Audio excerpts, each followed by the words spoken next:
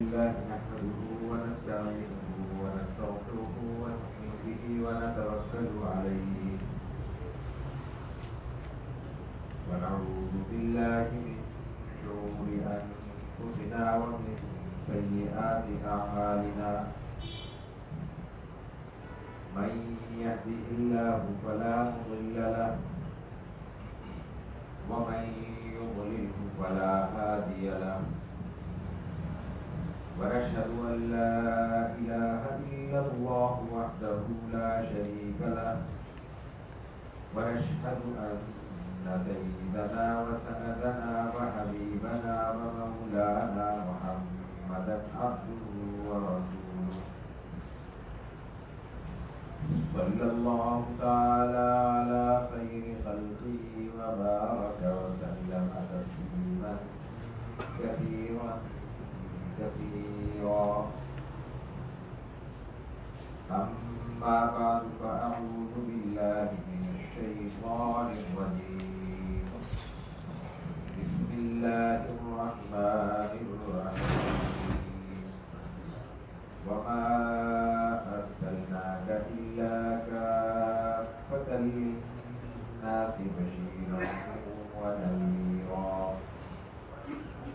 صدق الله العظيم وصدق رسوله النبي الكريم ونحن على ذلك لمن الشاهدين والشاكرين والحمد لله رب العالمين اللهم صل على محمد وعلى آل محمد كما صليت على إبراهيم وعلى آل إبراهيم إنك حميد مجيد اللهم بارك على محمد وعلى آل محمد كما باركت على إبراهيم وعلى آل إبراهيم إنك حميد مجيد الحمد لله آج اس 3 روزہ سالانہ مجالس سیرت کا آغاز ہو رہا ہے۔ یہ اللہ کا انتہائی کرم و انعام و احسان ہے کہ اس تسلسل کے ساتھ، اس عنوان کے ساتھ، اس ترتیب کے ساتھ یہ 8واں موقع ہے جب ہم یہاں نبی کریم علیہ السلام کی سیرت مبارکہ کے کچھ حصے کو دہرانے کے لیے جمع ہوئے ہیں۔ 2012 میں اس سلسلے کا آغاز کیا گیا تھا اور اللہ تعالیٰ نے یہ توفیق دی کہ وہ سلسلہ تسلسل کے ساتھ بغیر کسی وقفے کے جاری ہے۔ ہماری ترتیب حسب ثابت یہی ہوگی کہ ہم روزانہ 2 نشستوں کا اہتمام کریں گے اور درمیان میں نماز عشاء اور چائے کے لیے مختصر سا وقفہ کیا جائے گا۔ انشاءاللہ اسی طرح کل اور پرسوں بھی مغرب کی نماز کے فوری بعد نشست کا آغاز ہو جائے گا۔ ہماری یہ بھی کوشش ہوگی کہ سیرت طیبہ کے صرف واقعات پیش نہ کیے جائیں بلکہ ان واقعات سے ہمیں کیا سبق ملتا ہے اور اس سلسلے میں ان واقعات کی روشنی سے ہم اپنے آپ کو کس طرح منور کر سکتے ہیں اس پر بھی کچھ اشارے کیے جا سکتے ہیں۔ ایک شروع میں مناسب سمجھتا ہوں معذرت بھی کہ ہماری خواہش یہی ہے کہ اہم واقعات کا احاطہ ممکن ہو سکے، لیکن سیرت طیبہ اتنا وسیع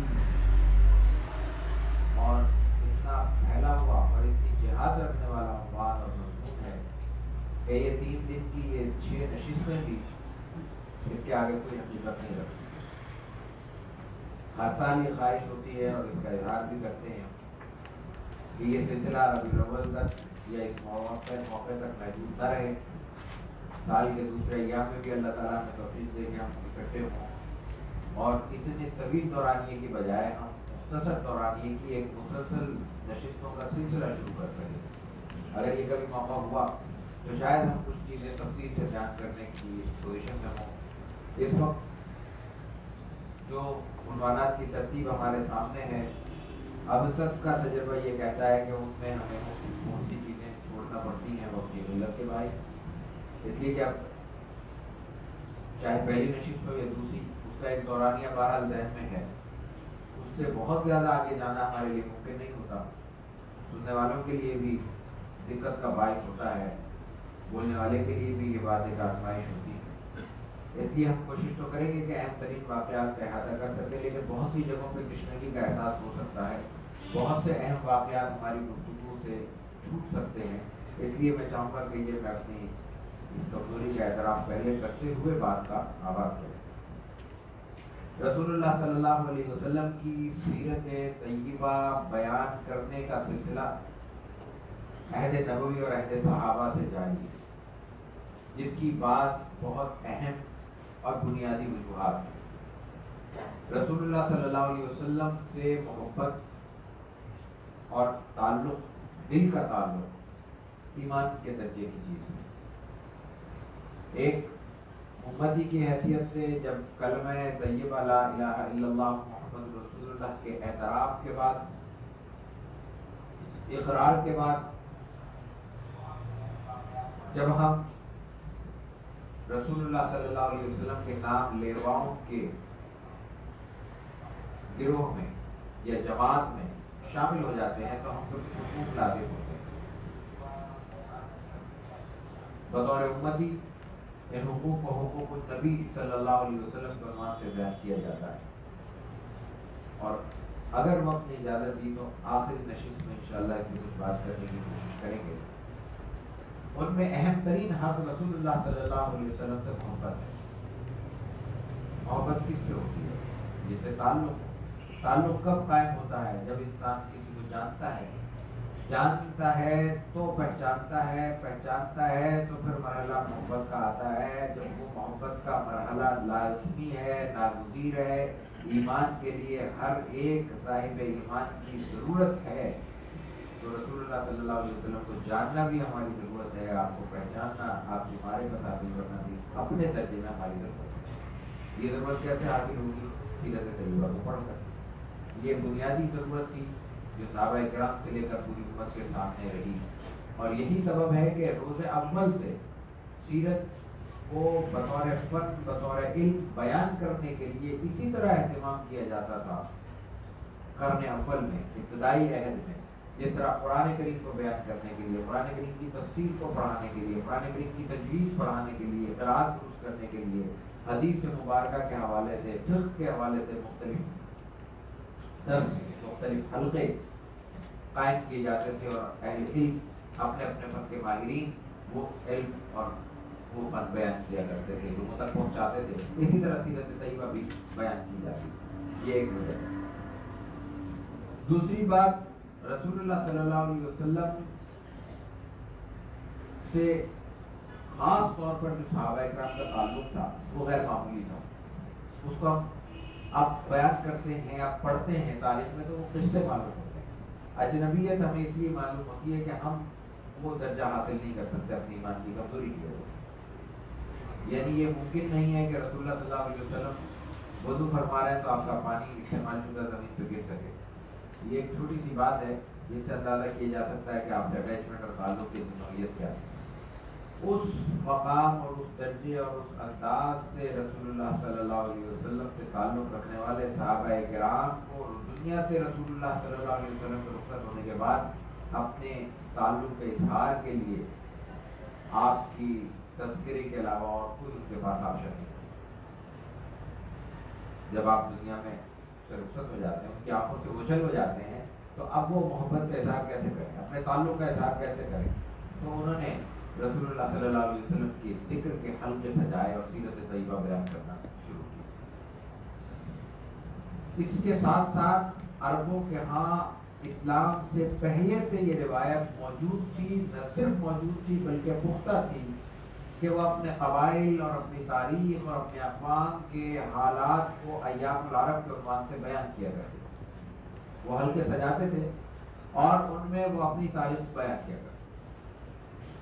یہ روایت رسول اللہ صلی اللہ علیہ وسلم کے بعد یعنی بعثت کے بعد نبوت کے بعد اور دنیا سے آپ کے رخصت ہونے کے بعد سیرت طیبہ کو بیان کرنے کی روایت میں منتقل ہو گئی اور اس میں تبدیل ہو گئی. اور ایک اہم ترین بات یہ ہے کہ یہ تمام چیزیں اس لیے بھی ضروری تھیں کہ اس وقت جو صورتحال تھی وہ یہ تھی کہ لکھنے پڑھنے کا وہاں پہ معمول بہت کم تھا. عربوں کے ہاں عربوں میں ایک نسب بیان کرنے کا ایک بڑا ماہر نصاب بلادری ہے.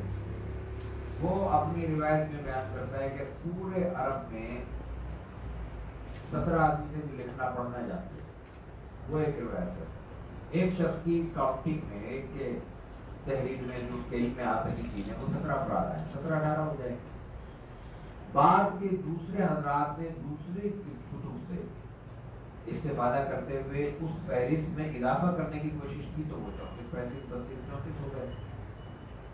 تو ایک ہزاروں کا مجمع تو ہے وہاں پہ. اس میں اگر 30-35 افراد صرف لکھنا پڑھنا جانتے ہیں یعنی آج کے زمانے میں صرف خواندہ ہیں تو وہاں پہ تحریر یہ تو کوئی صورت نہیں ہو سکتی. تحریر کے ذریعے تو چیزیں محفوظ نہیں ہو سکتی. وہاں محفوظ کرنے کی صورت کیا تھی؟ صرف اور صرف ایک صورت تھی کہ سینہ بسینہ روایتیں آگے منتقل ہوتی رہیں اور یہ تمام تاریخ ایک نسل سے دوسرے نسل کے ذریعے محفوظ ہوتی چلی جائے. اس لیے بھی ان کے ہاں سیرت طیبہ کو بیان کرنے کے لیے مجالس اور حلقوں کا اہتمام ہوا. اور ان علامات سیرت ہم اس کو اگر کہہ سکتے ہیں تو اس کے بارے میں اگر ہم تاریخ سے کچھ روایات تلاش کریں تو اس میں بڑے نام صحابہ اور تابعین کے ایسے ملتے ہیں جن کے بارے میں یہ اہتمام سے بیان کیا جاتا ہے کہ ان کا معمول یہ تھا کہ وہ رسول اللہ صلی اللہ علیہ وسلم کی سیرت طیبہ بیان کیا کرتے تھے. رسول اکرم صلی اللہ علیہ وسلم کی سیرت کی روایات جن صحابہ سے منقول ہیں ان میں تمام اہم صحابہ شامل ہیں. ان میں ایک صحابی رسول اللہ صلی اللہ علیہ وسلم کے اپنے خاندان کے ہیں حضرت عبداللہ ابن عباس رضی اللہ تعالیٰ. آپ کے چچا کے بیٹے حضرت عباس کے صاحبزادے ہیں. عبداللہ ابن عباس انتہائی نوجوان ہیں, رسول اللہ صلی اللہ علیہ وسلم کے منصور نظر ہیں اور انہوں نے اپنے آپ کو لکھنے اور پڑھنے اور تعلیم اور تعلم اور رسول اللہ صلی اللہ علیہ وسلم سے سیکھنے کے لیے وقت کیا ہوا تھا. اور بعد کی زندگی میں بھی اس کا معمول یہ تھا پڑھنا پڑھانا لکھنا لکھانا. حضرت ابن عباس رضی اللہ تعالیٰ عنہ کے بارے میں روایت آتی ہے, وہ یہ کہتی ہے کہ وَلَقَدْ كَانَ يَدْرِسُ يَوْمًا, ایک دن ہفتے میں وہ ایسا مقرر کرتے تھے کہ اس میں فقہ بیان کرتے تھے, مسائل بیان کیا کرتے تھے. دوسرے وَيَوْمًا التَّعْوِيلِ, ایک دن تعویل بیان کیا کرتے. تعویل سے مراد تفسیر, قرآن حکیم کی ایک دن مسائل بیان کرتے ہیں, ایک دن قرآن کریم کی تفسیر بیان کرتے ہیں. وَيَوْمًا الْمَغَازِي, ایک دن سیرت طیبہ بیان کیا کرتے. ہفتے کے 6 دن وہ 6 مختلف موضوعات پر درس دیا کرتے تھے, اس میں ایک دن مغازی بیان کیا کرتے. عہد نبوی میں اور عہد نبوی کے فوراً بعد جو سیرت طیبہ کا بنیادی عنوان تھا اس کو لفظ سیرت سے استعمال نہیں کیا جاتا تھا, اس کے لیے لفظ مغازی استعمال کیا جاتا. غزوات کی جمع, غزوہ لڑائی کو کہتے ہیں, جنگ کو کہتے ہیں. لیکن یہاں غزوے سے مراد غزوہ نہیں تھا, پوری سیرت طیبہ تھی. اس لیے کہ اس وقت کی جو کتابیں ابتدائی دوسری صدی کی موجود ہیں ان میں صرف نام ان کا مغازی ہے, لیکن ان میں صرف سیرت بیان نہیں, اس میں صرف مغازی غزوات بیان نہیں ہوئے بلکہ سیرت طیبہ رسول اللہ صلی اللہ علیہ وسلم کی بیان کی ہے. یہاں مقصد صرف یہ بتانا ہے کہ اس وقت جیسے آج بھی درس حدیث ہے, درس سیرت ہے, درس قرآن ہے, اس قسم کے مختلف حلقے موجود ہیں, اس وقت درس سیرت کے لیے الگ سے ابن عباس رضی اللہ تعالیٰ عنہما جیسے جلیل القدر صاحب بھی درس دیا کرتے تھے اور اپنے حلقے میں بیٹھ کر لوگوں تک سیرت طیبہ کی روایات منتقل کیا کرتے تھے. دوسری روایت دیکھیے, حضرت علی بن حسین زین العابدین بن علی رضی اللہ تعالیٰ عنہ, دوسرے سال میں سال چینج کر دینا اس کے. ان کے بارے میں روایت میں آتا ہے کہ وہ اپنے اولاد کو مغازی کی تعلیم دیا کرتے تھے. راوی یہ کہتا ہے، وہ ان کا بیان یہ نقل کرتا ہے کہ كنا نعلم مغازی النبی صلی اللہ علیہ وسلم كما نعلم السورہ من القرآن. اس اہتمام سے ہم غزوات کی یا سیرت طیبہ کی روایات بیان کرتے ہیں اپنی نوجوان نسل کو، اپنے بچوں کو اس طرح سیرت بیان کرتے ہیں اور پڑھاتے ہیں اور یاد کراتے ہیں جیسے ہم قرآن کی سورت یاد کراتے ہیں. یہ حضرت علی زین العابدین، علی بن حسین زین العابدین بن علی کا قول ہے جو تاریخ میں ہمارے سامنے محفوظ ہے. اسی طرح ایک اور صحابی ہیں، وہ اپنے بچوں کو، یعنی بچوں سے مراد اپنے بیٹے، پوتے، پوتیاں، نواسے، نواسیوں کو جمع کر کے سیرت طیبہ بیان کرتے تھے. حضرت سعد بن ابی وقاص مشہور صحابی ہیں، فاتح، بہت بڑے جنگجو ہیں، فاتح ہیں. بخاری شریف میں اس کی روایت موجود ہے کہ حضرت سعد اپنے بچوں کو پڑھاتے تھے، سکھاتے تھے اور جمع کرتے تھے اور ان کو سیرت طیبہ کی طرف لے کے آتے تھے، سیرت کے واقعات ان کے سامنے پیش کرتے تھے. ایک اور صحابی اور رسول اللہ صلی اللہ علیہ وسلم کے خاندان کی ایک اور شخصیت، ان کے بارے میں بھی یہ آتا ہے، حضرت عقیل بن ابی طالب، ابو طالب کے ساتھ رہتے ہیں. مسجد نبوی میں ان کے لیے خاص اہتمام کے ساتھ مسند بچھائی جاتی تھی اور لوگ وہاں پہ ان سے واقعات سنتے تھے. ان میں عربوں کے قصے بھی، عربوں کے واقعات بھی بیان ہوتے تھے اور سیرت طیبہ بھی رسول اللہ صلی اللہ علیہ وسلم کی وہ بیان کرتے تھے. اس کے ساتھ ساتھ ایک راوی ہیں، وہ یہ کہتے ہیں کہ 30 صحابہ سے میں ایسے ملا ہوں جو مختلف واقعات میں، سیرت کے مختلف غزوات میں رسول اللہ صلی اللہ علیہ وسلم کے ساتھ مختلف واقعات میں مصروف رہے ہیں، شریک رہے ہیں، سفر کیے ہیں. ان 30 صحابہ سے میں ملا ہوں جن کا خاص اہتمام سے یہ کام تھا کہ وہ لوگوں کو مسجد نبوی میں اور دوسرے مقامات میں سیرت طیبہ بیان کیا کرتے تھے اور واقعات سیرت سے انہیں روشناس کراتے تھے. قتادہ بن نعمان رسول اللہ صلی اللہ علیہ وسلم کے اہم اور قریبی ترین صحابی ہیں. یہ خود بھی سیرت طیبہ بیان کرنے کے حوالے سے معروف ہیں اور پھر ان کی یہ روایت ان کے خاندان میں آگے چلی اور ان کے پوتے عاصم بن عمر بن قتادہ کے بارے میں یہ آتا ہے کہ وہ بھی اسی طرح اپنے دادا کی روایت کو زندہ رکھتے تھے اور لوگوں تک سیرت طیبہ بیان کیا کرتے تھے.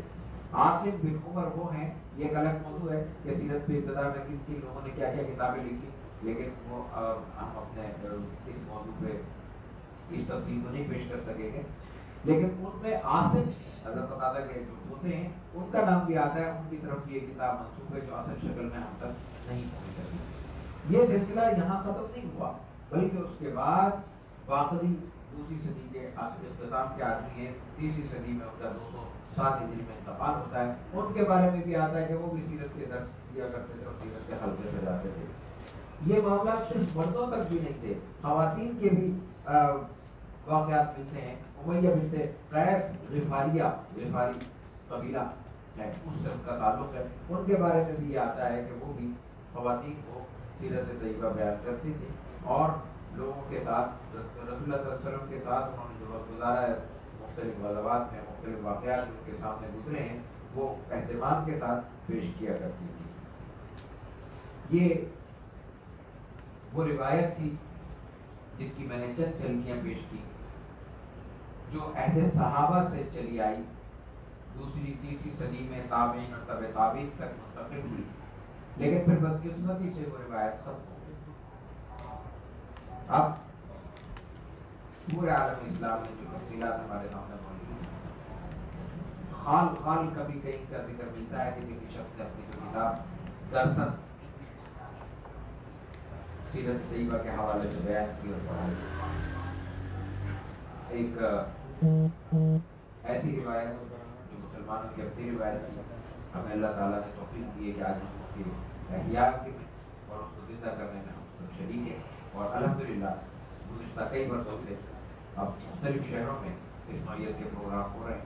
اللہ تعالیٰ اس میں برکت دے اور ہمیں رسول اللہ صلی اللہ علیہ وسلم کی سیرت پڑھنے، سمجھنے اور اسے آگے منتقل کرنے کی توفیق عطا فرمائے. سیرت رسول اللہ صلی اللہ علیہ وسلم کی سیرت دوسروں سے مختلف کیوں؟ ایک اہم عنوان یہ بھی ہوتا ہے کہ ہم سیرت کا مطالعہ کیوں کریں. اس پر گزشتہ کئی نشستوں میں ہم تفصیل سے بات کر چکے ہیں، لیکن ایک پہلو کی طرف اشارہ کرنا بہت ضروری ہے کہ نبی کریم علیہ الصلوۃ والتسلیم کی سیرت ہمارے لیے دوسروں سے اہم کیوں ہے، پوری دنیا کے لیے اس کی اہمیت کیا ہے اور اس کا امتیاز کیا ہے، اس کی خوبی کیا ہے. کسی بھی شخص کو دنیا کے ذہن میں رکھ لیں، کوئی اپنے میدان کا بڑے سے بڑا شخص لے لیں، کوئی پالیٹیشین ہے بہت بڑا، کوئی میتھمیٹیشین ہے، کوئی سائنس میں بڑا کام کر کے دیا ہے، کوئی رفائی کاموں میں بڑا نام ہے، کسی نے انتظامی صلاحیتیں اپنی ظاہر کر کے لوگوں سے اپنا لوہا بنوایا، کوئی کسی حکمران کے طور پہ نمایاں ہوا، کسی بھی شخص کو سامنے رکھ لیں، وہ شخص اس خاص پہلو سے ہمارے لیے سبق آموز ہو سکتا ہے، اس سے ہم خاص پہلو سے کچھ استفادہ کر سکتے ہیں. عام آدمی کے لیے اس سے کوئی دلچسپی نہیں ہو سکتی. اگر مجھے سیاست سے دلچسپی نہیں ہے اور میرے سامنے کسی ایسی شخصیت کی بایوگرافی آتی ہے جس نے میدان سیاست میں بہت بڑا کام کیا، میدان سیاست میں اس نے نام کمایا، میدان سیاست میں اس نے اپنے نظریات پیش کیے اور لوگوں نے وہ نظریات قبول کیے، ان کو سراہا، اور مجھے دلچسپی نہیں ہے، میں اس کی کتاب نہیں پڑھوں، میں اس کے حالات سے کوئی دلچسپی نہیں رکھتا. کوئی سائنس کے کسی خاص میدان میں کچھ خدمات انجام دیتا ہے اور اس میدان سے، اس عنوان سے، اس مضمون سے مجھے دلچسپی نہیں، میں اس کو نہیں. کوئی اور شخص ہے جو رفائی میدان میں عملی زندگی میں لوگوں کی خدمت کرتا ہے، نام کماتا ہے، خدمت کماتا ہے، خدمت کے نتیجے میں ثواب کماتا ہے، لوگوں کی نظروں میں اچھا بنتا ہے اپنی جگہ، لیکن میرا اگر یہ میدان نہیں ہے مجھے اس سے کوئی دلچسپی نہیں. رسول اللہ صلی اللہ علیہ وسلم کی سیرت مبارکہ کا امتیاز یہ ہے کہ ہر شخص اپنی اپنی سطح پر رہتے ہوئے سیرت سے استعمال کر سکتا ہے. ایسا ممکن نہیں ہے دنیا میں، کوئی ایک شخص ممکن نہیں ہے جو ہر ایک کے لیے ایک ہی وقت میں رہنما بن سکے. ہر مزاج کے لیے، ہر انداز کی شخصیت کے لیے، ہر ایک اپنے اپنے حوالے سے دلچسپی رکھنے والا شخص ایک ہی شخصیت سے بیک وقت استفادہ کر سکے، ایسا دنیا میں ممکن نہیں ہے سوائے سیرت ذات رسالت مآب علیہ السلام. ٹھیک ہے کہ آپ سے چھوٹا بھی، بڑا بھی، ظاہر ذہین بھی، کمزور بھی، پڑھا لکھا بھی، جاہل بھی اپنی اپنی سطح پہ استفادہ کر رہا ہے، اور مسلسل یہ سلسلہ جاری ہے. 1400 برس سے زائد وقت ہو چکا ہے اور کسی ایک لمحے بھی کسی کو یہ احساس نہیں ہوا کہ اب ہمیں کسی اور شخصیت درکار ہے، اب ہمیں روشنی کے لیے کسی اور طرف دیکھنا ضروری ہے، اب ہمیں رہنمائی کے لیے کہیں اور جانا پڑے گا. یہ رسول اللہ صلی اللہ علیہ وسلم کی سیرت کا امتیاز ہے. اور دوسرا بڑا امتیاز اس کا عالمگیریت، اس میں علاقے کی، زبان کی، جغرافیائی تقسیم کی، لسانی تقسیم کی، موسمی تقسیم کی کوئی تفریق موجود نہیں. اگر آج ہم یہاں کراچی کے ایک چھوٹے علاقے میں ایک کونے میں بیٹھ کے اگر ہم سیرت طیبہ پہ بات کر رہے ہیں، رسول اللہ صلی اللہ علیہ وسلم کی سیرت سے کچھ سیکھنے اور سکھانے کے لیے بیٹھے ہیں، تو اسی نوعیت کی نشست اسی وقت افریقہ کے کسی دور دراز علاقے میں بھی منعقد ہو سکتی ہے، اور وہاں رہنے والے اپنے کلچر، اپنے مسائل، اپنے پرابلم، اپنے موسم، اپنی جغرافیائی سہولتوں اور ضرورتوں کے مطابق رسول اللہ صلی اللہ علیہ وسلم سے اسی وقت، اسی کتاب سے، انہی حالات سے استفادہ کرنا ہے. پڑھنے کا انداز تبدیل ہوگا، بیان کرنے کا انداز مختلف ہوگا. ہم یہاں اردو میں بات کر رہے ہیں، وہ اپنی علاقائی زبان میں بات کر لیں گے، اس سے زیادہ کچھ وقت نہیں. یہ عالمگیریت.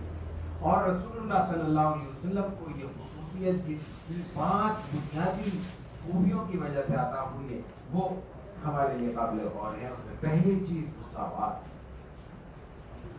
ایک تو وہ مساوات ہے جو غیر فطری مساوات ہے، جس کا نعرہ ہم روز سنتے ہیں. وہ غیر فطری مساوات میں ہم مراد ہیں.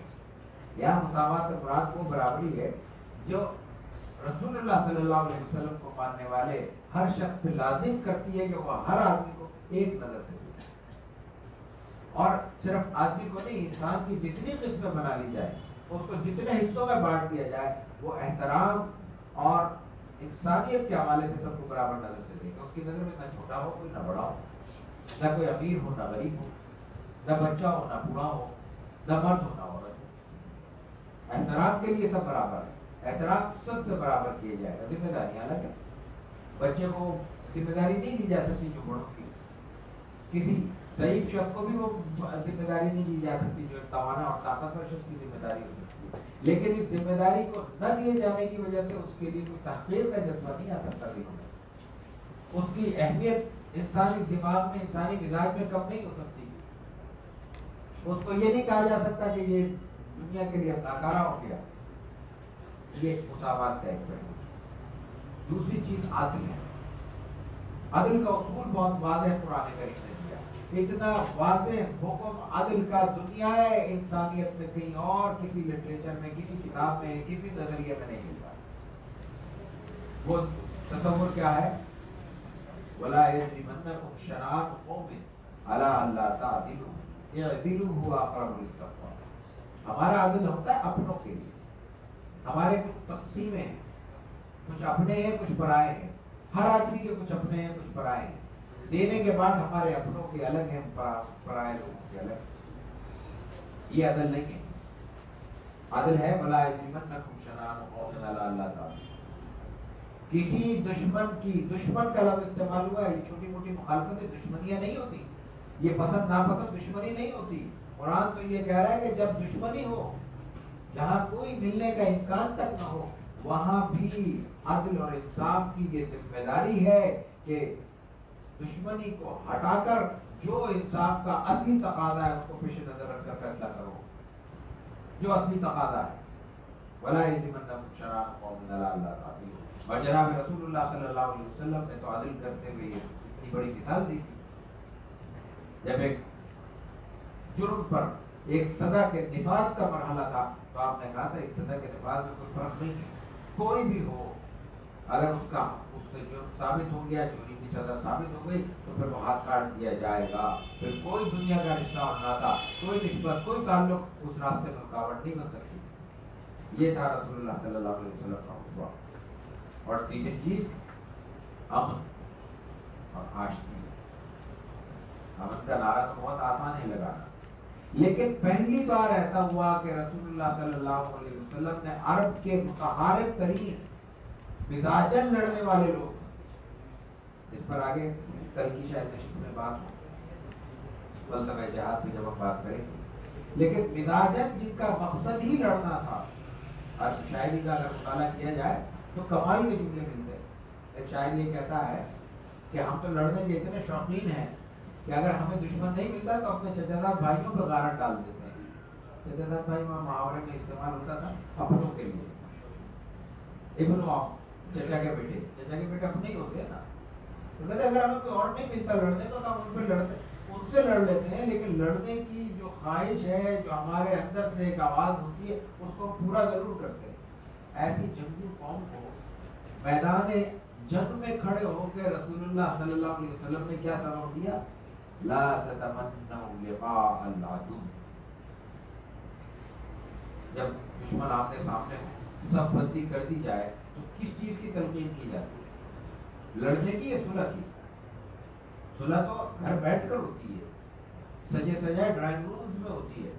میدان عمل میں جب دونوں طرف سے تلواریں نکل گئی ہوں, نیام سے تلوار باہر آ چکی ہو, برہنہ تلوار موجود ہو, اس وقت کوئی یہ ہمت کرے گا, جرأت کرے گا کہ اپنے لوگوں کو یہ کہے کہ لڑنے کی تمنا نہ کرو, دشمنی نہیں مانگو, دوستی مانگو, صلح مانگو, امن مانگو.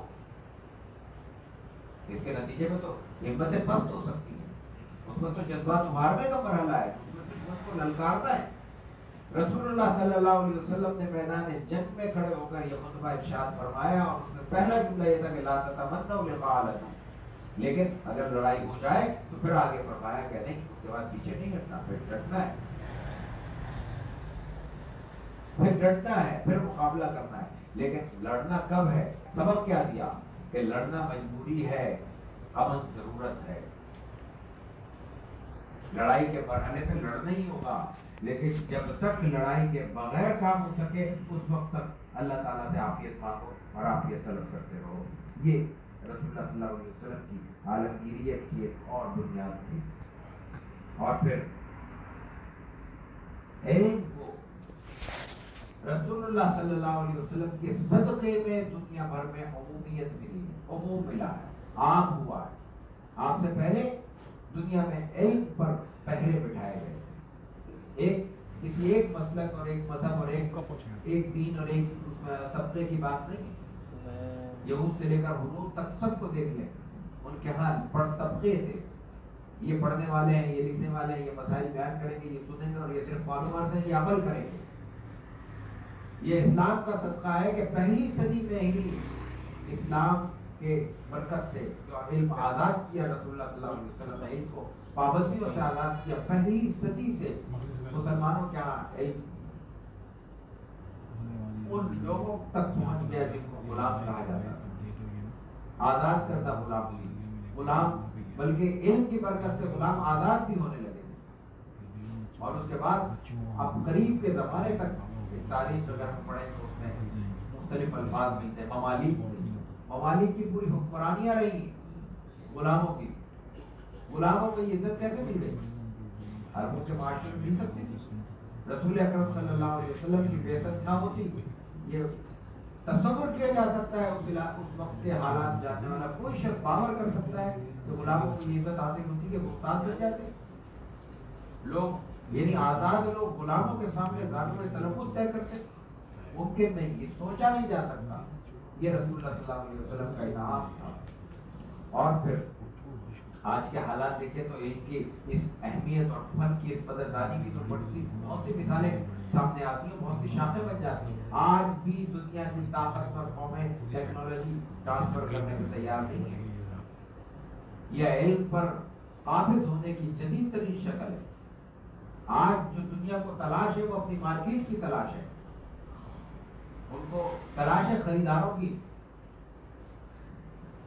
علم کی فروغ سے کسی کو دلچسپی نہیں ہے. علم کا فروغ وہ اسی قدر چاہتے ہیں کہ وہ کے لوگ اتنے پڑھے لکھے ہو جائیں کہ وہ ہماری ٹیکنالوجی سے استفادہ کر سکیں, یعنی ہمارے خریدار بن سکیں.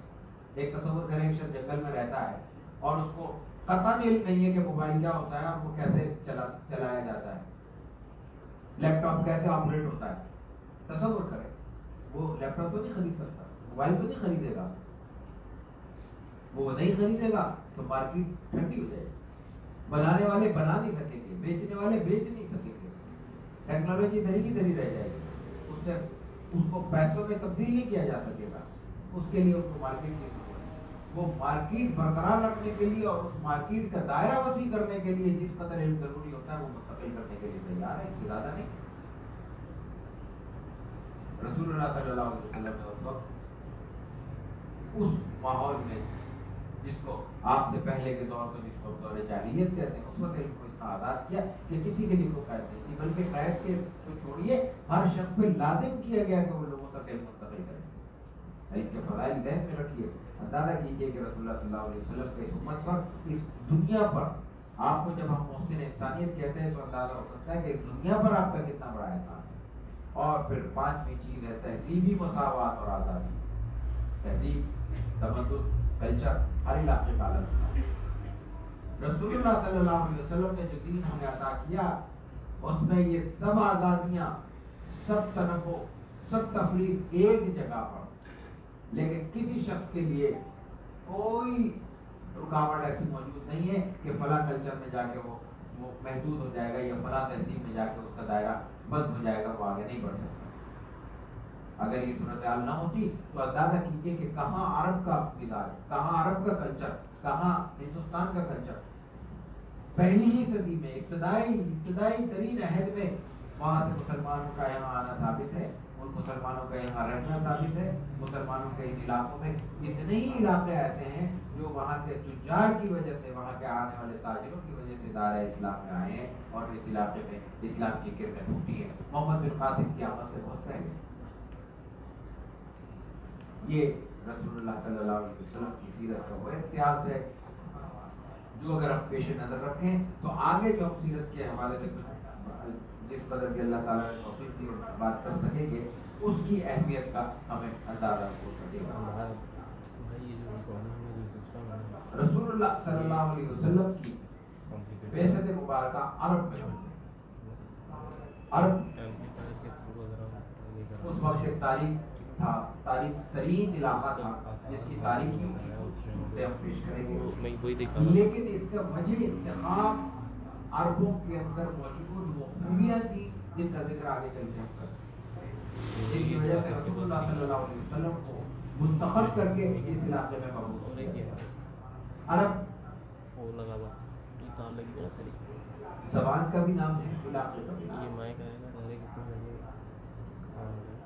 عرب کی وجہ تسمیہ کے بارے میں عرب کو عرب کیوں کہتے ہیں بہت سے اقوال ہیں، لیکن کہا یہ جاتا ہے کہ یعرب بن قحطان حضرت یوسف کی اولاد میں ایک شخص ہے، اس نے سب سے پہلے یہ زبان استعمال کی، تو وہ یعرب تھا، اس سے عرب ہو گیا، اور عرب اس زبان کو عرب کہنے لگے۔ یہ بنیادی طور پہ اہل یمن کا جد امجد ہے۔ اہل یمن بنو جرہم ہے۔ بنو جرہم وہ ہیں جن کا حضرت اسماعیل کی آمد کے بعد حضرت اسماعیل سے تعلق ہوا، رشتہ ہوا، اور رشتہ ناتا ہو کے یہ دو قبیلے باہم ملے، اور پھر اس کے بعد اس کی نسل آگے بڑھی، اور پھر مزید مسائل ہوئے جن کی طرف ہم اشارہ کریں آگے چلتے ہیں۔ عرب بنیادی طور پہ ایشیا، یورپ اور افریقہ تینوں کے وسط ہے، اسی لیے ہم اس کو کہتے ہیں کہ یہ نافع زمین پر واقع ہے۔ رسول اللہ صلی اللہ علیہ وسلم کو پوری دنیا میں اسلام کی دعوت کے لیے بھیجا گیا تھا، اسلام پھیلانے کے لیے بھیجا گیا، اور یہ تاریخ میں پہلی بار ہوا ہے۔ آپ سے پہلے جتنے انبیاء کرام آئے ہیں وہ صرف محدود ترین علاقے کے لیے آئے ہیں، اور محدود ترین علاقوں کے ساتھ ساتھ کہ اپنی گواہی کی تحریر کی موجود ہے بائبل میں، کہ وہ صرف اپنی قوم کو دعوت دینے کے مجاز تھے، اس کے علاوہ وہ دعوت دینے کے مجاز ہی نہیں۔ آج بھی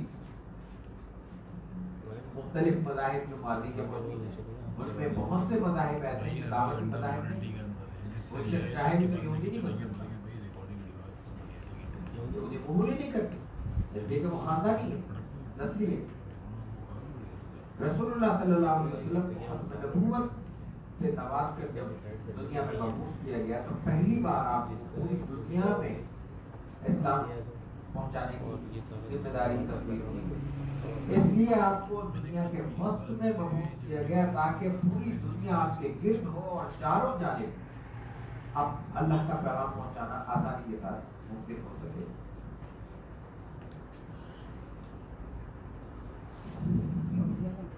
عرب 4-5 بڑے حصوں میں عربوں کو تقسیم کیا جاتا ہے، لیکن ان میں جو بنیادی حصہ وہ حجاز ہے۔ حجاز کے علاوہ ایک حصہ تہامہ کہلاتا ہے، ایک نجد کہلاتا ہے، ایک یمن کہلاتا ہے، اور ایک عروس کہلاتا ہے۔ حجاز وہ خطہ ہے، وہ علاقہ ہے جس میں مکہ اور مدینہ دونوں قائم ہیں۔ یہ جغرافیائی تقسیم قبائل کے اعتبار سے عربوں کی 2 بنیادی قسمیں ہیں، عرب عاربہ، عرب مستعربہ۔ ابھی ہم نے بنو جرہم کا ذکر کیا، یعنی یعرب بن قحطان کی اولاد کا، یہ عرب عاربہ کہلاتے تھے، یعنی اصل عرب، کیونکہ یہاں کے ہیں، یمن کے بنیادی طور پہ یہ۔ اس کے بعد بنو اسماعیل وہاں آ کے آباد ہوئے۔ حضرت ابراہیم نے حضرت اسماعیل اور ان کی والدہ حضرت ہاجرہ کو اللہ کے حکم سے یہاں پہ چھوڑ دیا، اور وہ کس کیفیت میں چھوڑا تھا وہ آپ کے ذہنوں میں ہے۔ اس وقت مکہ کی حیثیت کیا تھی؟ وادی غیر ذی زرع، یہ اب تک کا یہی عالم ہے کہ مکہ میں کوئی روئی بھی نہیں ہے، وہ وہاں فصل نہیں اگ سکتی، اسی لیے وہ یا تجارت کرتے ہیں یا جانور پالا کرتے تھے۔ جرہم کے بعد جب بنو اسماعیل یہاں آ کے آباد ہوئے تو ان کو عرب مستعربہ کہا گیا۔ ایسے عرب جو بعد میں یعنی زبردستی عرب بنے یا بعد میں عرب بنے، یہ ہر علاقے میں یہ تقسیم قدرتی اللہ کی طرف سے پہلے سے رائج ہے کہ لوگوں کی تبدیلی ہوتی رہتی ہے، ایک علاقے سے دوسرے علاقے تک لوگ منتقل ہوتے رہتے ہیں، اور منتقل ہونے کی صورتوں میں ان کے درمیان تفریق بھی قائم رہتی ہے، یہ پرانے ہیں یہ نئے ہیں، یہ پہلے آئے یہ بعد میں آئے۔ مدینہ طیبہ کا دیکھ لیں کہ جب مکہ مکرمہ سے مسلمان ہجرت کر کے وہاں پہنچے ہیں تو وہ 2 بنیادی قسمیں تھیں، ان کی قسم تھی، وہ تقسیم نہیں تھی، قسم تھی۔ یہ مہاجرین ہیں جو مکے سے آئے ہیں، یا انصار ہیں جو مدینے کے رہنے والے ہیں۔ لیکن ان میں اللہ تعالیٰ نے بھی اور رسول اللہ صلی اللہ علیہ وسلم کی حکمتیں بھی یہی ان میں اتنا بڑے تعلق قائم کیے ساتھ رہتے تھے. تو یہاں بھی یہ تقسیم عرب عربہ اور عرب مستعربہ دونوں باہم رہتے رہے ہیں, باہم رشتہ داریاں ہوئی ہیں اور باہم لڑائیاں بھی ہوئی ہیں, اور یہ سلسلہ کافی طویل عرصے تک جاری رہا. عربوں کی جو بنیادی قسم ہے, بنیادی جو مذہبی شناخت ہے وہ بت پرستی ہے. لیکن یہ بات واضح طور پہ بیان کی جاتی ہے کہ یہ عربوں کا اصل مذہب نہیں تھا. عرب شروع سے بت پرست نہیں تھے, بلکہ یہ بت پرستی ان میں بہت بعد میں پیدا ہوئی. اس سے پہلے ان میں بت پرستی کی روایت نہیں تھی. کہا یہ جاتا ہے کہ عمر بن لحی خزاعی ایک شخص ہے, وہ شام کی طرف کبھی گیا. عرب چونکہ تجارت پیشہ سے ان کا شام کی طرف یا دوسرے علاقوں میں سفر ہوتے رہتے تھے, خاص طور سے شام کے قریب پڑتا تھا تو وہ تجارتی راستے تھی اور تجارت کے سلسلے میں وہاں آتے جاتے تھے.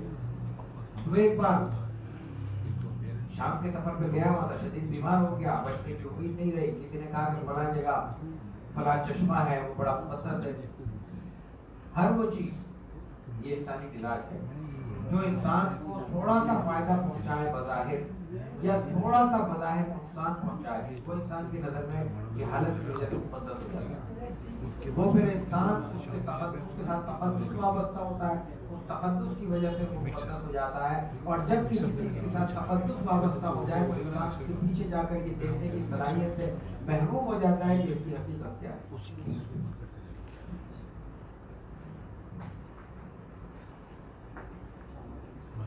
کی حقیقت کیا ہے, یہ مقدس خود ہے یا اس کے پیچھے کوئی اور راز پوشیدہ ہے. تو انہوں نے پانی میں نہائے, کسی بیمار آدمی کو گرم پانی سے نہلایا گیا, وہ صحتیاب ہو گیا, اس نے کہا یہ پانی مقدس ہے. کوئی درخت کی چھال کسی کو چھین کے دے دی گئی, اس کو ابال کے پی لیا, اس کی صحت ہو گئی, اس نے کہا یہ درخت مقدس ہے. کسی شخص نے دم کر دیا, اس نے اللہ تعالیٰ نے شفا دے دی تو یہ بندہ مقدس ہو گیا. کسی نے کوئی تعویذ دے دیا, وہ تعویذ گلے میں ڈال کے اس کو صحت مل گئی تو تعویذ دینے والا مقدس ہو گیا. مقدس ایک خاص درجے پر برائی بھی نہیں, اگر کسی کی عزت کی جائے, احترام تک محفوظ رہا جائے, لیکن مقدس ہونے کے بعد اس کو خدا بنا لیا جائے, اس کے اندر تاثیر کہی جائے کہ یہ تاثیر اس کے اندر ہے, یہ خود مؤثر حقیقی ہے, تو پھر یہ شرک ہے اور یہ اسلام کے بالکل مزاج کے خلاف ہے. مؤثر حقیقی صرف ایک دوا میں بھی کوئی تاثیر پیدا ہو رہی ہے, دعا میں بھی کسی کی تاثیر ہے, تو وہ بھی دعا کا حق دینے والے اس رب کی تاثیر ہے جس نے بندے کو یہ اجازت دی ہے کہ مجھ سے مانگو. اگر یہ اجازت ہی نہ دیتا تو کیسی دعا اور کس کی دعا اور کس بات کی تاثیر اور کہاں کی شفا. تو اس نے وہاں سے نہانے کی کوشش کی, نہانے کی صورت میں شفا ہو گئی. وہاں پہ دیکھا کہ وہ پرستی کرتے ہیں, بولتے نہیں کیا ہے, کہ یہ ہوتا ہے ہمیں کیا اپنی حاجتیں مانگتے ہیں. وہ وہاں سے لے کے آیا, اس نے منتقل کیا اور اس کے نتیجے میں بت پرستی کی روایت قائم ہو گئی. اتنے بت بنے کہ کہا جاتا ہے کہ مکہ مکرمہ میں بیت اللہ کے اندر 360 بت تھے. اگر 360 بت بیت اللہ آج سب کے سامنے موجود ہے, اس کا وجود ہمیں معلوم ہے, اس کا دائرہ بھی معلوم ہے, اس کا احاطہ بھی معلوم ہے. اتنی چھوٹی سی جگہ میں اگر 360 بت ہو گئی تو اندر بتوں کے علاوہ اور کیا ہو سکتا ہے, اور کون سی جگہ ہوگی جہاں پہ کوئی کھڑا ہو سکے. یہ بت پرستی عربوں کے ہاں شروع ہوئی. بت پرستی عربوں میں پہلے عرب کے شروع سے نہیں تھی, لیکن عربوں کے علاوہ جتنے مذاہب وہاں موجود تھے ان کی بھی کیفیت شرک سے ہٹ کر نہیں. جو عربوں کے اہم ترین مذاہب ہم بیان کر سکتے ہیں, جو کی قرآن کریم سے جو خاص طور سے ہمیں تفصیلات ملتی ہیں, اس میں یہودیت ہے. لیکن یہودیت کی جو بنیادی کمزوری ہے آج بھی جس کی وجہ سے مسائل ہوتے ہیں, وہ یہ کہتے ہیں کہ ہم اچھے ہیں, اللہ کے نظر میں ہم سے بہتر کوئی نہیں, اپنا واحد. یہ بات قرآن حکیم نے کہی ہے کہ وہ یہ کہتے ہیں کہ ہم اللہ کے بیٹے ہیں اور اس کے پیارے ہیں. اور جب اللہ کا بیٹا ہو اور اللہ کا پیارا ہو اور باقی دنیا میں کوئی اللہ کا بیٹا اور اللہ کا پیارا نہ ہو تو انسان باقی ساری دنیا جتنا پتھر رگڑ لے اور جتنا اللہ کے ہاں گڑگڑا لے وہ مقام تو نہیں حاصل کر سکتے جو اس کے بیٹے کا ہوگا، بیٹوں کا ہوگا، اولاد کا ہوگا، جو اس کے پسندیدہ اور پیاروں کا ہوگا۔ اس لیے افضل ہے یہ جو مرضی کر لے، جنت ہماری گرفت میں ہے اور ہماری ملکیت ہے۔ قرآن حکیم کا تصور اور اسلام کا تصور اس سے مختلف ہے۔ قرآن حکیم جو یہ کہتا ہے کہ ان اکرمکم عند اللہ اتقاکم، اللہ کے نظر میں وہ ہے جو مکرم وہ ہے، عزت والا وہ ہے، احترام والا وہ ہے جو تمہیں اللہ سے زیادہ ڈرنے والا ہے۔ اور ڈرنے والا کبھی یہ نہیں رشتہ داری تلاش کرتا، ڈرنے والا کبھی اللہ تعالیٰ سے اپنے تعلق کا یہ اظہار نہیں کر سکتا، وہ تو خوف زدہ ہے اس بات سے کہ اللہ کو خدا جانے کون سی بات ناپسند ہو جائے اور کس وقت انسان سے ایسی غلطی ہو جائے کہ وہ اللہ کے ہاں اپنا درجہ چھوڑ دے اور اللہ تعالیٰ کے ہاں اس کا مقام متاثر ہو جائے۔ دوسرے عیسائی تھے، ان کے ہاں بھی یہ تھا کہ وہ حضرت عیسیٰ کو اس کا بیٹا کہتے ہیں۔ آج بھی تسلیس کا جو تصور ہے وہ ہمارے سامنے ہے۔ لقد کفر الذین قالوا ان اللہ هو المسیح ابن مریم، قرآن نے واضح طور پہ کہا ہے اگر کوئی شخص یہ عقیدہ رکھتا ہے کہ مسیح ابن مریم اللہ کے بیٹے ہیں تو وہ کفر کرتا ہے۔ اسی طرح اگر کوئی کہتا ہے کہ اللہ ثالث ثلاثہ، تین میں سے وہ ایک ہے، تو وہ بھی اللہ کے نظر میں مسلمان نہیں ہو سکتا، صاحب ایمان نہیں ہو سکتا، قابل قبول نہیں ہو سکتا۔ تیسرا مذہب صابئیت تھا۔ صابئی بعض کے خیال میں ستارہ پرست تھے اور عام طور پر ان میں یہ آگ کی بھی پوجا کیا کرتے تھے، لیکن عربوں کے ہاں یہ پسندیدہ لوگ نہیں تھے۔ عربوں کے ہاں صابئی کہتے تھے بددین کو، جو دین سے پھر جائے۔ اسی لیے جب کوئی شخص رسول اللہ صلی اللہ علیہ وسلم کی بعثت کے بعد دائرہ اسلام میں داخل ہوتا تھا تو اس کے لیے کہا جاتا تھا یہ صابئی ہو گیا، یہ بددین ہو گیا، بے دین ہو گیا، اس کو اس سے قطع تعلق کر لیا جائے۔ کچھ لوگ وہ تھے جو حنیفی تھے۔ حنیفی سے مراد وہ اپنے آپ کو یہ کہتے تھے کہ حضرت ابراہیم علیہ نبینا علیہ الصلوۃ والتسلیم کے مسلک اور مذہب پر ہے۔ حضرت ابراہیم کو قرآن نے حنیف کہا، ان کے دین کو دین حنیف قرار دیا۔ دین حنیف کا مفہوم ہوتا ہے ایسا دین جو سیدھا ہے، سچا ہے، براہ راست اللہ تک پہنچانے والا ہے اور اس میں کوئی ٹیڑھ پر کوئی کجی اس میں موجود نہیں ہے۔ قرآن حکیم نے حضرت ابراہیم کے بارے میں کہا کہ ما کان ابراہیم یہودیا ولا نصرانیا ولکن کان حنیفا مسلما، اور آگے بھی فرمایا وما کان من المشرکین۔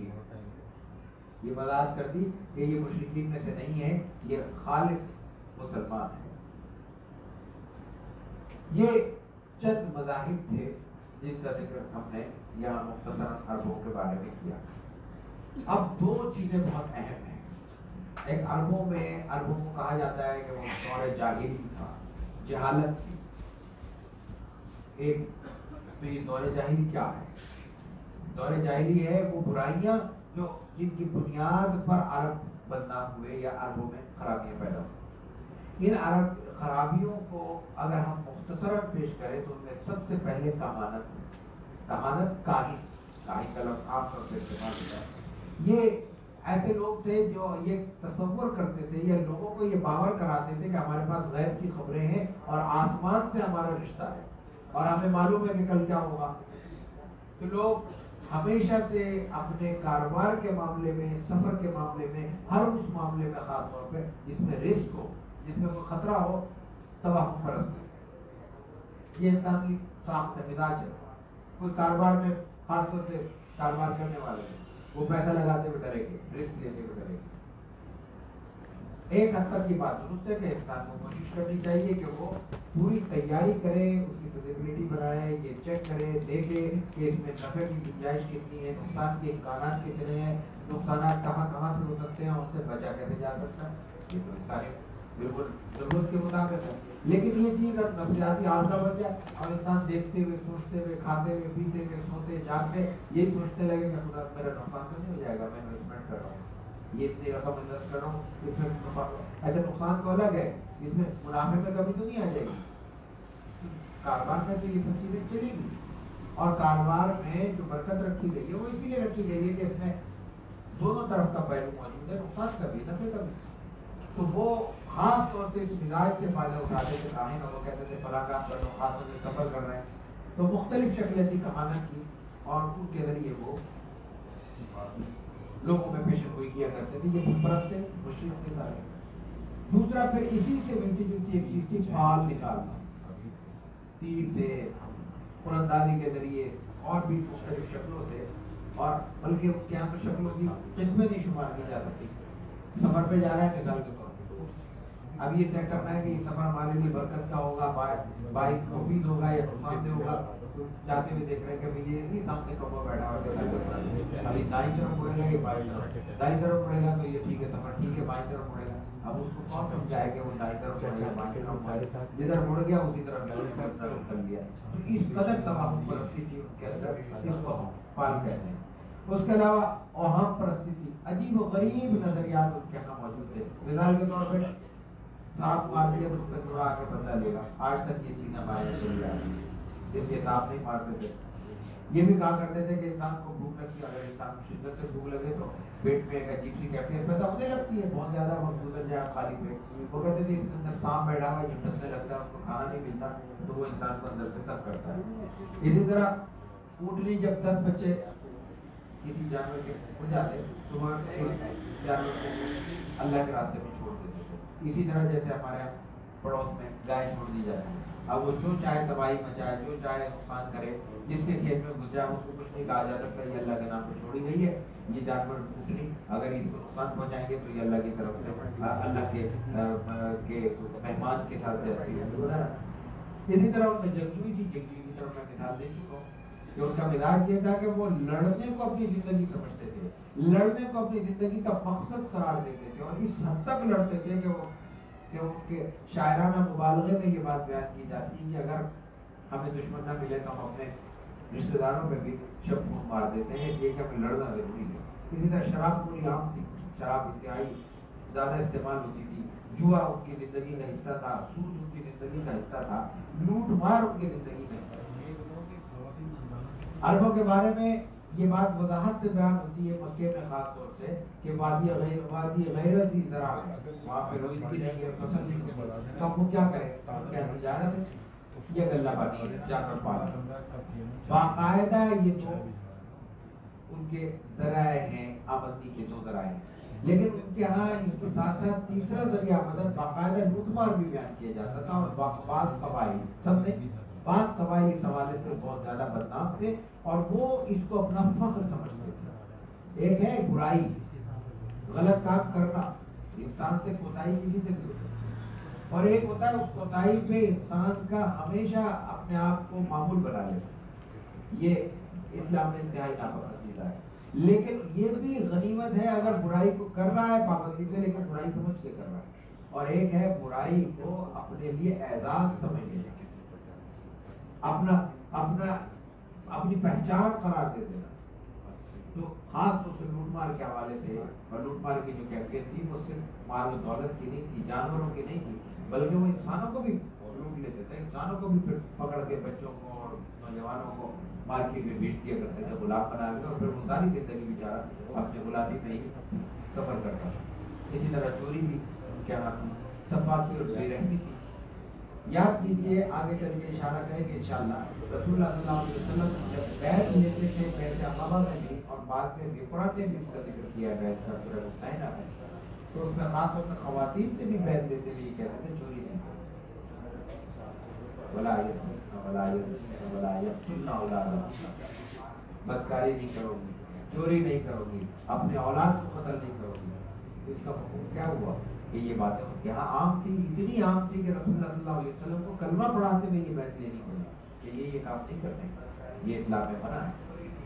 صفاقی بے رحمی، لیکن یہی ذکر آیا کہ وہ بچوں تک کو سب سے زیادہ انتہائی درجے کا صفاقانہ عمل یہ ہوگا کہ انسان اپنے ہاتھ سے اپنے بچوں کو قتل کر دے. تو نومولود بچوں کو قتل کر دیتے. جہالت تھی، فحاشی تھی، بے حیائی تھی، اور اس میں اگر کچھ نیک جذبے تھے تو ان کو بھی بعض جگہ غلط رنگ دے دیا گیا تھا. مثال کے طور پہ سب کے لیے نہیں ہے. بیت اللہ کا طواف بعض خواتین بعض خصوصوں میں برہنہ ہو کے کرتی ہے. ایک کوئی مرد یہ کام کرے تو کتنی عمدہ بات ہے, اور وہ خواتین کرتی تھی لیکن سب نہیں. عام طور پہ یہ میں بار بار ایک بات کہہ رہا ہوں کہ یہ سب کا معمول نہیں تھا. اس کی بھی ایک وجہ ہے. عام طور پہ اردو میں خاص طور سے سیرت بیان کرتے ہوئے اور سیرت لکھتے ہوئے احتیاط کا پہلو چیزوں سے نظر انداز ہو جاتا ہے. ایک روایت اگر کسی حوالے سے کوئی کمزوری کی بیان ہوتی ہے تو اس کو جنرلائز کر لیا جاتا ہے, عمومی شکل دے دی جاتی ہے کہ سب یوز کرتے ہیں. یہ احتیاط کا پہلو ہے. یہ زیادتی کی بات ہوگی کہ کسی میں 1% خرابی ہو تو اس کو 10% کہا جائے, کسی میں 20% خرابی ہو تو اس کو 50% کا درجہ دیا جائے, اور کہیں 50% خرابی ہو تو یہ کہا جائے کہ 100%. یہ تو عدل کے حساب کے خلاف ہے. تو بعض قومیں, بعض قبائل, بعض خواتین کا یہ معمول تھا کہ وہ برہنہ طواف کرتی تھی, لیکن ان کا جذبہ نیک تھا. اسی کو جہالت کہتے ہیں کہ انسان نیک نیتی سے بھی وہ کام کرے لیکن کام غلط کرے. ہمارے یہاں معاشرے میں بہت سی خرابیاں ایسی ہیں جو نیک نیتی کی بنیاد پر انسان کا نیت ثواب کی ہے, غلطی ایسی کر رہا ہے کہ وہ ثواب کی جگہ الٹا عذاب ہو رہا ہے. یہ خواتین برہنہ اس نیت سے کرتی تھی کہ یہ وہ لباس ہم نے پہنا ہوا ہے جس سے دنیا جان کی دوسری غلط چیزیں ہم کر رہے ہیں. اس لباس کو پہن کر ہم نے جتنی غلطیاں کی ہیں اس گناہگار لباس کے ساتھ ہم اللہ کے دربار میں حاضر نہیں ہیں. اس لیے ہم اس گندگی کو اپنے آپ سے دور کر کے اللہ کے یہاں صاف ستھرے انداز میں کریں. اور اللہ کو تو سب معلوم ہے, یہ چھپایا تو مخلوق سے جا رہا ہے نا, جس انسان کے عیوب میں چھپائے جا رہے ہیں. یہ ان کا تصور تھا. تو لیکن بہرحال ایک تو خرابی تھی, ایک بے حیائی تھی, لیکن عربوں میں خوبیاں بھی بہت, اور ان خوبیوں کو اہتمام سے بیان کرنا اور سمجھنا چاہیے. اس لیے کہ اگر محض خوبیوں کی جگہ برائیاں بیان کی جاتی رہے تو انسان کے ذہن میں یہ بڑا منطقی سوال پیدا ہوتا ہے کہ اتنی خراب قوم میں رسول اللہ صلی اللہ علیہ وسلم کو مبعوث کرنے کی وجہ کیا تھی. آپ صلی اللہ علیہ وسلم کو جہاں بھیجا گیا ان کی بھی کوئی خوبی تو ہوگی. اتنے بڑے اعزاز سے عربوں کو نوازا جا رہا ہے, مکہ کو نوازا جا رہا ہے, آخر اس کی وجہ تو ہوگی. اس کی بہت سی وجوہات ہیں, ایک وجہ نہیں. اور ان سب وجوہات کا خلاصہ اور ان تمام خوبیوں کو جمع کر کے ایک نقطے میں بیان کیا جا سکتا ہے. وہ یہ تھا کہ یہ تمام چیزیں رسول اللہ صلی اللہ علیہ وسلم کی جو بحیثیت خاتم النبیین ذمہ داری تھی اس کے لیے ممد اور معاون تھی. آپ کے ذریعے جو پیغام پوری کائنات تک پہنچانا تھا اس کے لیے یہی قوم ناگزیر تھی, یہی خطہ ضروری تھا, یہی علاقہ, یہی جغرافیہ اور یہی زبان اللہ تعالیٰ کی طرف سے پسند کر لی گئی. مثال کے طور پر عربوں کی اہم خوبی صحت نسب.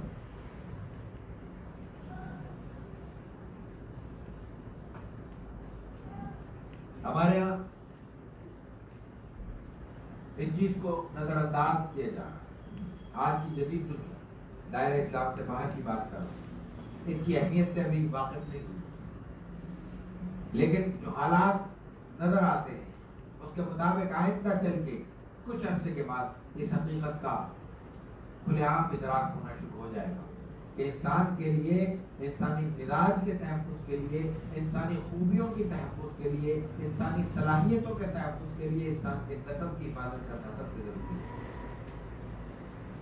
انسان اگر اپنی نسل کی حفاظت نہیں کرے گا اور اس نسب کو مینٹین نہیں رکھے گا تو اس میں وہ خرابیاں پیدا ہو جائیں گی کہ اس کے بعد پھر محض مذہبی معاملات میں نہیں, دنیاوی معاملات میں صلاحیت ختم ہونا شروع ہو جائے گی, اور انسان کی نسل پھر وہ خوبیاں برقرار نہیں رکھ سکے گی جس کی بنیاد پر وہ اب تک یہاں پہ پہنچی ہے. اسی لیے اللہ تعالیٰ نے عربوں میں نسب محفوظ رکھا تھا, اور نسب محفوظ صرف ایک طرح سے نہیں تھا کہ وہ نسب باضابطہ چلا آ رہا تھا, بلکہ اس کی تاریخ بھی محفوظ تھی. اور وہ تاریخ اگر دیکھا جائے کس طرح محفوظ تھی تو اس کی ایک چھوٹی سی مثال میں یہاں پہ دینا چاہتا ہوں. نسب کیا ہے؟ نسب ہے یہ میں ہوں, یہ میرے باپ ہے, یہ میرے دادا ہے, یہ دادا کے والد ہے, والد کے والد ہے, والد کے دادا ہے. یہ نسب, یہ نسب تیسری چوتھی پشتیں ہمیں یاد نہیں, کسی کو بھی نہیں. ممکن ہے چند گھروں میں